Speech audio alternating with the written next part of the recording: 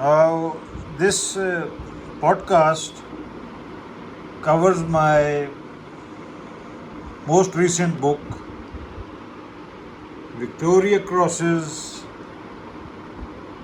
distributed like Toffees. The theme of this book is very, very interesting, and it has taken almost 47 years to write this book.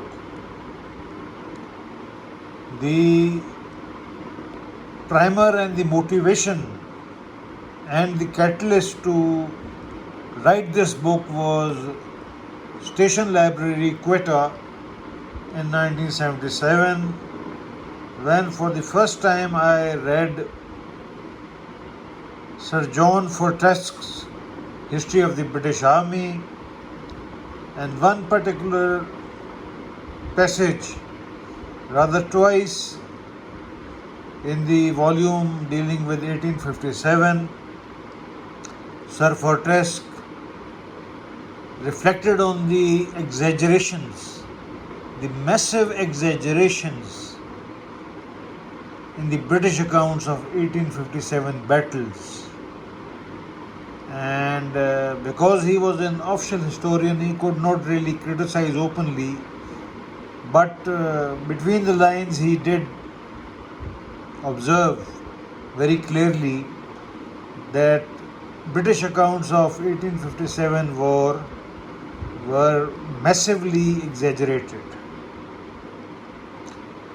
Now, the motivation to write this book, Victoria Crosses, distributed like Toffees, how a private British Indian Army played key role in victory and was downplayed and run down by the British state and its army commanders. This book took almost 47 years to write, and it was the biggest intellectual challenge for this scribe to research this theme and to write on it, because this is a totally ignored part of that great war which took place in India in 1857-59.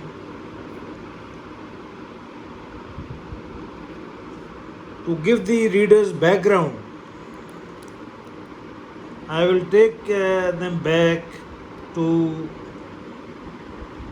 1849, the origin of this whole thing. There was a battle at Chilianwala on 13th January 1849. As you can see, the British Company's army, commanded by General Gough, a very, very interesting character of British military history, rather Irish military history. Gough was exasperated by the Sikh spoiling tactics and was provoked into attacking the Sikhs on the 13th January 1849. As you can see, when he deployed by wheeling left, as this arrow shows, there were two cavalry brigades protecting his flanks. One, as you can see, was on the left and one was on the right. Our basic interest is the cavalry brigade on the right, commanded by Brigadier Pope of the 6th Light Cavalry, a very, very brave and dashing officer in his youth, but quite old in 1849, and had to mount his horse with lot of help, but a veteran definitely. Pope was made the scapegoat by the Britishers because it was convenient. East India Company officers were orphans, political orphans, and were conveniently scapegoated for all failures. So we will go on with the events of this battle, which of course are a very important background and most important to understand if anyone wants to understand how Victoria Crosses were awarded in 1857-59 battles. As you can see, there were, you just see carefully, yeah. As you can see again, this is a simpler map. This is Pope's brigade, and these are the six. And some part of his brigade he had detached to the right, village called Kokra. And this is the main part of the brigade with which we are concerned. Now, as you can see, I want to make it very simple. Brigadier General Pope of British East India Company detaches part of his cavalry brigade northward as Sikh cavalry threat develops from north while continuing main advance westwards. As you can see, this is his cavalry brigade. On the far right are the two squadrons of His Majesty 9th Lancers, followed by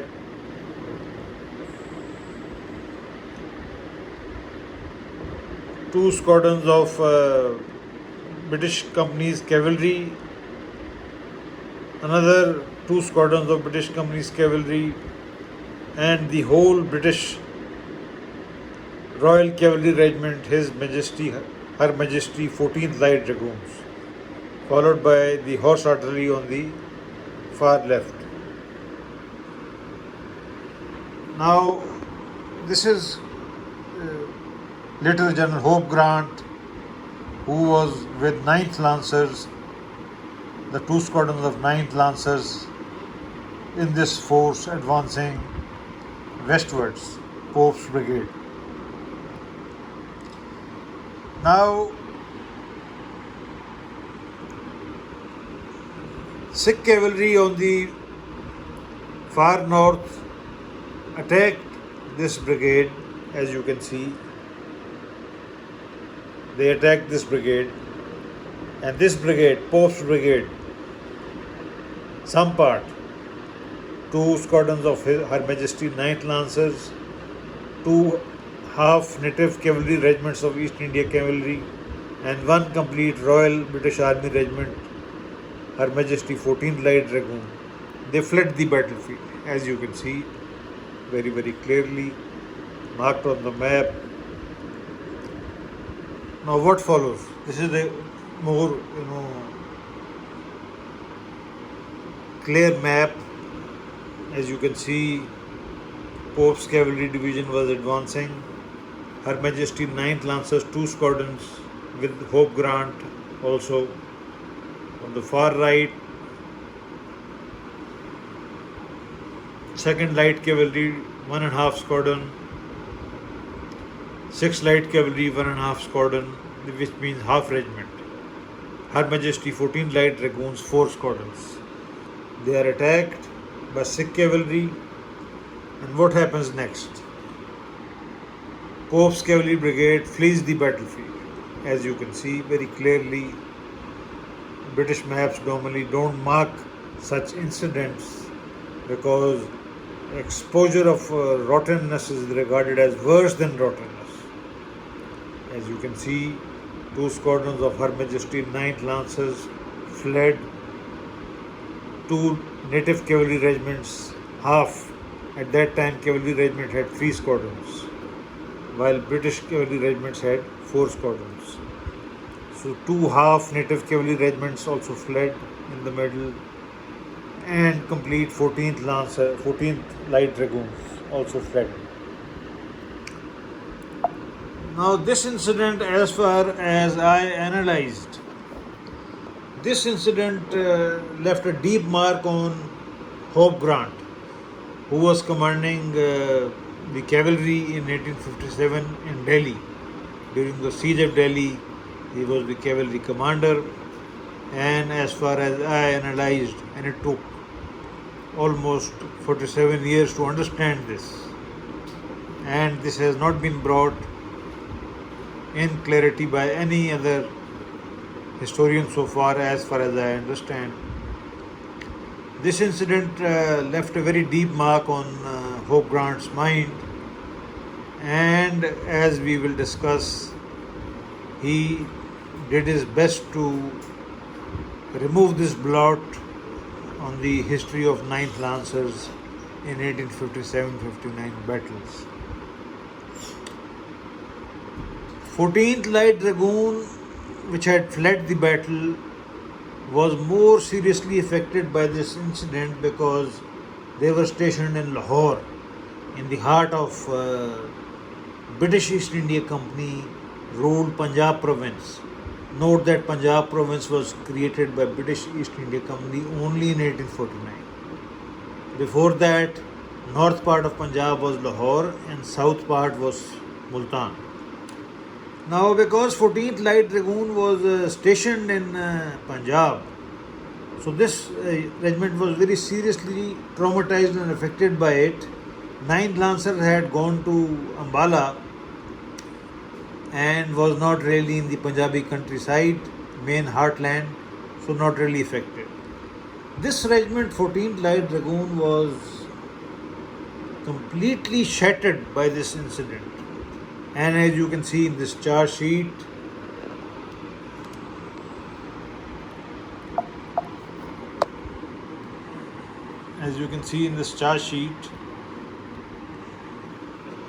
Private John Springett, Her Majesty's 14th Light Dragoons, tried by General Court Martial at Lahore, 6 June 1850.